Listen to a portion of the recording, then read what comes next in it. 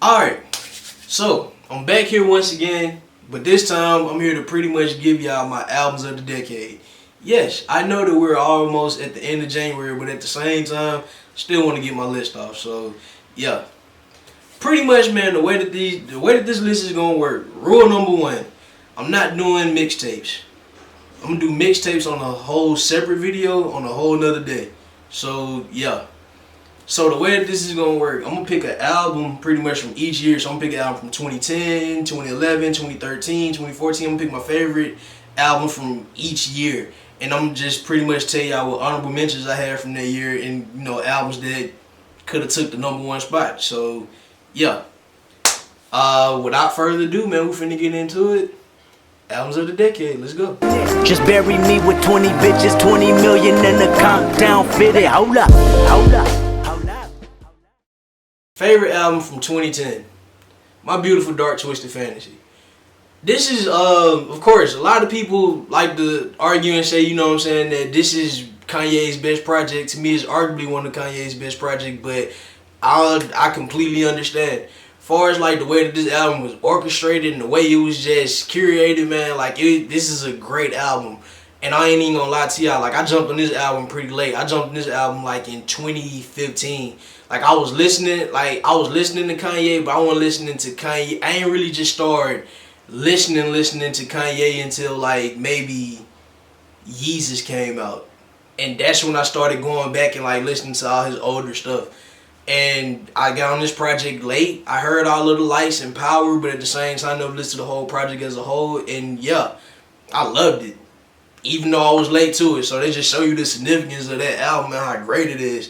Now my honorable mentions for that, for the year 2010, Rick Ross's Teflon Don. So yeah, coming in for the year 2011, we got Kendrick Lamar's Section 80. Man, Section 80 to me is Kendrick. I feel like that's Kendrick Lamar in just his rawest and just purest form, where he's just going he's just rapidy rap Kendrick. And yeah, like I said, to me that's him at his rawest and purest form. He's just I ain't gonna say he don't sound hungry now, but it's just you can feel the hungriness of a younger artist, and he still kind of, he still got that hungriness today. So it's just, it's crazy to see where he done went from Section 80 all the way up to now. I got on Section 80 pretty much the same week it came out. When I first heard Rigor Mortis was the first Kendrick Lamar anything I've ever heard in life. So when I heard that, I was like, bro, I gotta go listen to this dude, listen to him or whatever, and I've been a fan ever since. I feel like he's the best rapper alive, one of the best rappers of this generation. So yeah. Honorable mentions from 2011 though, Drake's Take Care. And Cold World Sideline Story. Coming in for 2012, Kendrick Lamar, Good Kid, Mad City. I can't deny the significance of this album as far as it was a favorite for me because of just life stuff. Just me hanging around all my homeboys, everybody, this album became part of life. Did we go through any other stuff that he went through? No, but it just, it's me and my homeboys resonated with this album just so much. Leaving football practice, we used to listen to Good Kid, Mad City damn near every damn day. And it's crazy because I remember being in high school telling people man, after hearing Section 80, I'm like, bruh, Good Kid, Mad City, this man's finna be the best rapper alive. I remember running around school telling folks that, ain't nobody believe me, then this man dropped. Boom. Ended everything. Now, honorable mentions from this year. One thing that I can say about Kendrick Lamar is that he led me into some other good artists. Pretty much, man, the honorable mentions for the year 2012, we got Ab-Soul's Control System, and we got Habits and Contradictions. He put me on onto other TDE artists because I didn't even know about the whole TDE movement until he pretty much put me on newer artists. And another project from this year that was very significant and was an honorable mention too was the OF Tape 2 from Odd Future. Alright, coming in for the year 2013, we got Drake's Nothing Was the Same.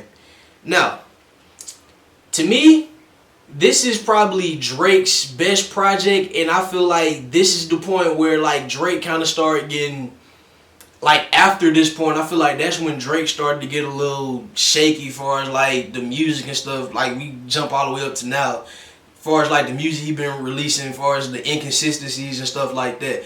I feel like this was the last project from him that showed like, you know, I don't know, that kind of just, like, it was just, to me, it was just Drake in his own just thing. Because it's like, think about this. When Take Care came out, Take Care kind of reminded everybody of The Weeknd so much. It had Weeknd vibes. I feel like nothing was the same as, like, just Drake. Like, I can't really think of too much of what that album sounds like. It ain't Drake the Culture Vulture or nothing. It's just pure Drake. He rapping his ass off, singing.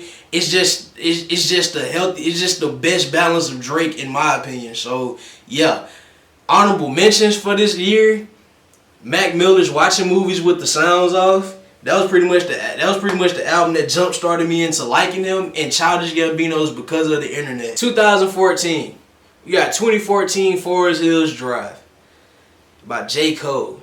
Man, pretty much, bruh. I've been rocking with J. Cole since Friday Night Lights. Yeah, I've been rocking with J. Cole since Friday Night Lights. And he just made 2014, that was my freshman year of college, and when he dropped this album, like, I was going through finals. And it, like, this shit came at the perfect time. And I was just bumping it and bumping it and bumping it. Like, I was just, like, this album became part of life for like a good 2-3 months.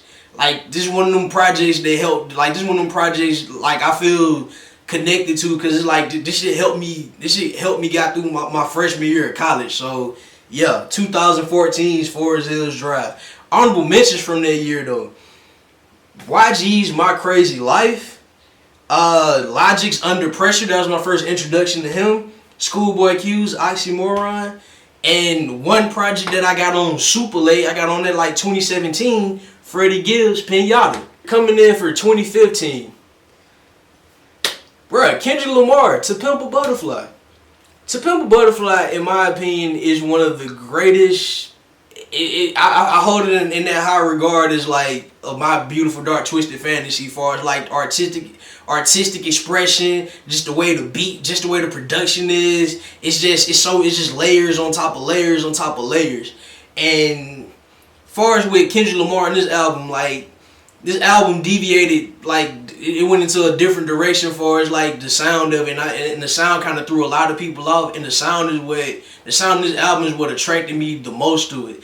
And it's like, this is one of them albums that people like. This is one of them albums people gonna come to like at, you know, in the future, and they gonna be like, man, dude said a lot. Like, dude had a lot. Like, it's still stuff in this album that people they going into it, listening to it, and they discovering new stuff today. Like, it's so many different ways that you can take this album, as far as the whole caterpillar butterfly dichotomy and all that stuff. But yeah, man, this is like, To Pimp a Butterfly is one of the greatest albums ever, and it's my favorite album of 2015. Honorable mentions though from 2015: Lupe Fiasco's Text You on Youth. To me, that's my favorite Lupe Fiasco project. And I'm telling you, it was competing with To Pimp a Butterfly that year. At long last, ASAP. That's the best ASAP Rocky project in my opinion. Good AM from Mac Miller. That's arguably my favorite project from Mac Miller. And 90059. That was like my intro. I ain't gonna say that was my intro into J-Rock, but that was my intro into an entire J-Rock project, put it like that. I had heard J-Rock rap or whatever. He's a great rapper, but 90059, that was the project that had me like, okay, I'm gonna start paying attention to dude more. And then another album that dropped in 2015, that was an honorable mention: Travis Scott's Rodeo. Man, look, 2015 was a good year. Coming in for 2016, we got Isaiah Rashad's The Sun's Tirade. Look, this ain't even, bruh.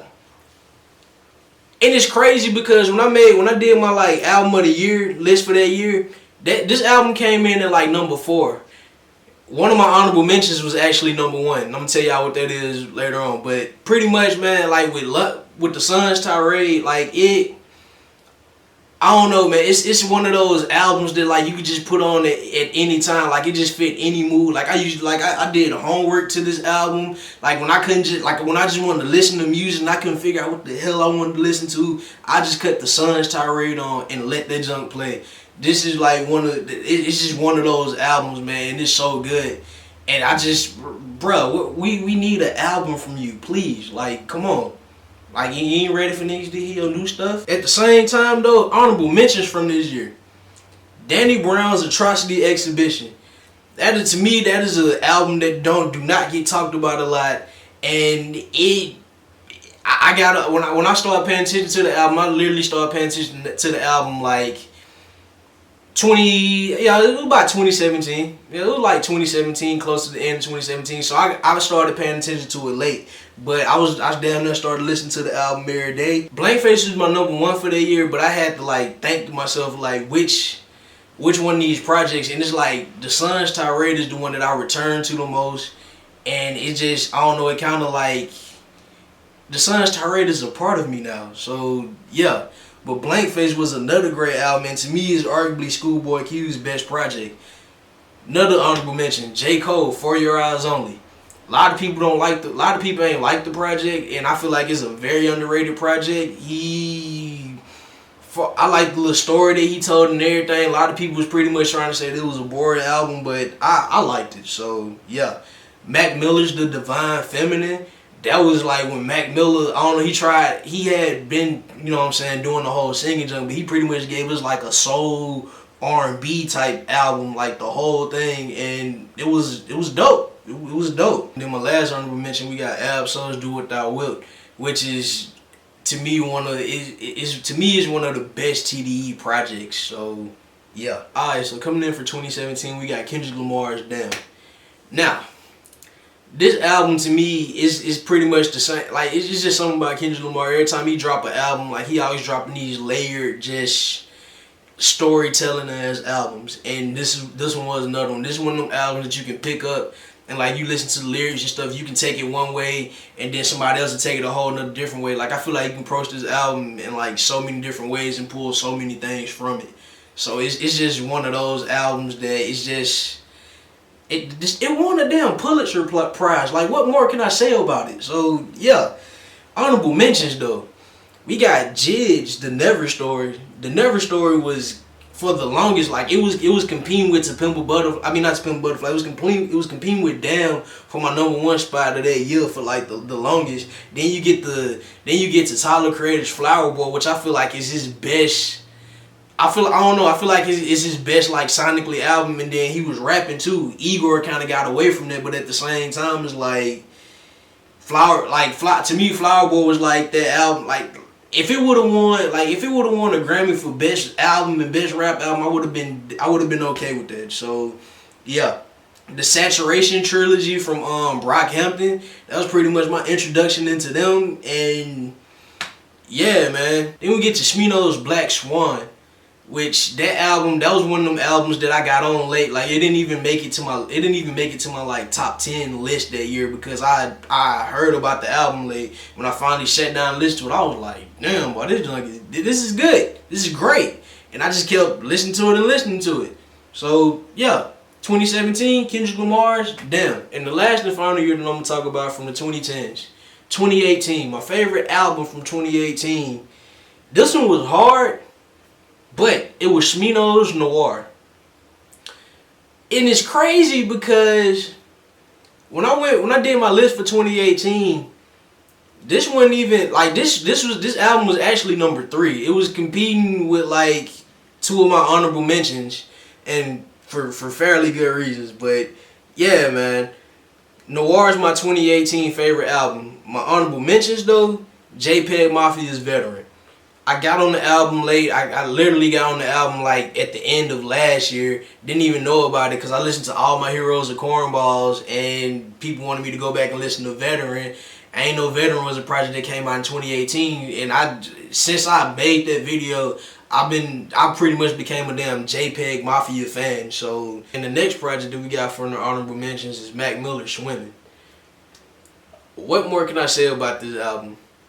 It's a great album, Grammy nominated, and I feel like it's underrated simply because I feel like if Mac wouldn't have died, people wouldn't have paid. I feel like people wouldn't have like gave it the recognition that it got, and it deserved that recognition whether Mac Miller died or not. So yeah, Mac Miller, Swimming. Another honorable mention that we got, Travis Scott's Astroworld. I cannot deny the significance of that album. Like that was just a good ass album, man. And when I first heard it, like I was stuck. And it's crazy because that's the album that was actually my #1 album from 2018, but just me going back and like thinking about it and just like just listening to the music and stuff, I listened to Smino's album a little. I listened to Smino's album a little bit more than everybody on here. In my last and final, I got 2 more. Another honorable mention that I got on here is J. Cole's KOD. KOD. It was a great project. Project pretty much came out of nowhere. He dropped it on 420, and it's crazy because it's like KOD, Kids on Drugs, and it got like 3 different titles, and it's still like, to me, KOD was probably probably the most important album of 2018. Was it the best album? Probably not, but I feel like it was the most important as far as the significance, everything it talked about, and everything that went on in that year. So, yeah. My last and final honorable mention, Playboi Carti's Die Lit. Man, it's crazy. Like, when I first heard this album, I did not like it. I did not like this album at all. But I sat down and I listened to the whole thing. Like, I was on a road trip, and it became, I couldn't stop. Like, it's just one of them albums where it's like the whole, like, he just take the whole mumbling rap, he just take the whole mumble rap thing and just say fuck y'all, and this is just how I'm gonna do it. This is just how I'm gonna do it. And I feel like Playboi Carti really did his thing on Die Lit, and I feel like people gonna actually analyze that album in the future and you know what I'm saying, talk about how significant this was as far as like shaping, you know, some part of the 2020s, because I feel like that sound gonna somehow rejuvenate and it's gonna come back somewhere in the 2020s. So yeah, those are my favorite albums. Those are my favorite albums from the decade. I ain't want to put them in no particular order because it's like, I don't know, it's each album holds some type of special significance to me. So it'll be, I don't know, it'll be hard for me to it'll be hard for me to just put them in, just rank them like that. So I just rather give y'all my favorites. But yeah, man, pretty much tell me how y'all feel. Tell me how y'all feel about my list. Tell me how y'all feel about my favorite albums from each year. And be sure, you know what I'm saying, to drop y'all list as far as y'all favorite albums for the year. I hope the 2020s is, you know, even more exciting. How the 2010s were. And yeah. Thank you guys for watching this video. Please be sure to like, subscribe, comment, all that good stuff. And be sure to follow me at the social media handle right here. And also be sure to check out some of my other videos too. We got a reaction for Mac Miller's last project that just dropped a couple weeks ago. We got Mick Jenkins that dropped a project a couple weeks ago. And yeah. So yeah, this is T signing out once again. Thank you guys for watching.